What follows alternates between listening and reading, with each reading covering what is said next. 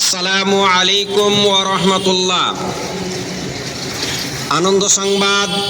আনন্দ সংবাদ শিলামপুর মমিনপাড়ার জামে মসজিদের উন্নতি কল্পে 2 রাত্রিব্যাপী বিরাট ধর্মীয় জালসার আয়োজন করা হয়েছে।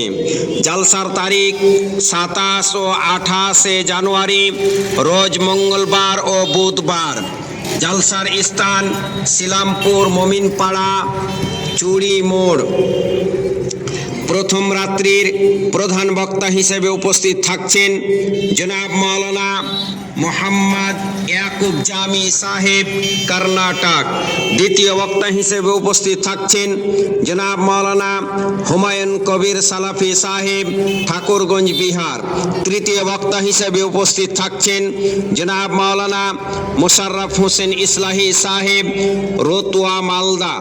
দ্বিতীয় রাত্রির প্রধান বক্তা হিসেবে উপস্থিত থাকছেন জনাব মাওলানা মোহাম্মদ ইয়াকুব জামি সাহেব, কর্ণাটক। দ্বিতীয় বক্তা হিসেবে উপস্থিত থাকছেন জনাব মাওলানা ওয়াসিম আকরাম ফাইজি সাহেব, উত্তর দিনাজপুর।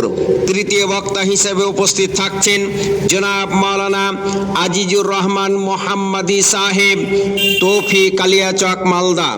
এছাড়াও স্থানীয় উলামায়ে কেরামগণ উপস্থিত থাকবেন। উক্ত জালসায় আপনাদের উপস্থিতি ও সহযোগিতা একান্তভাবে কামনা করি জালসা কমিটিগণ। আসসালামু আলাইকুম।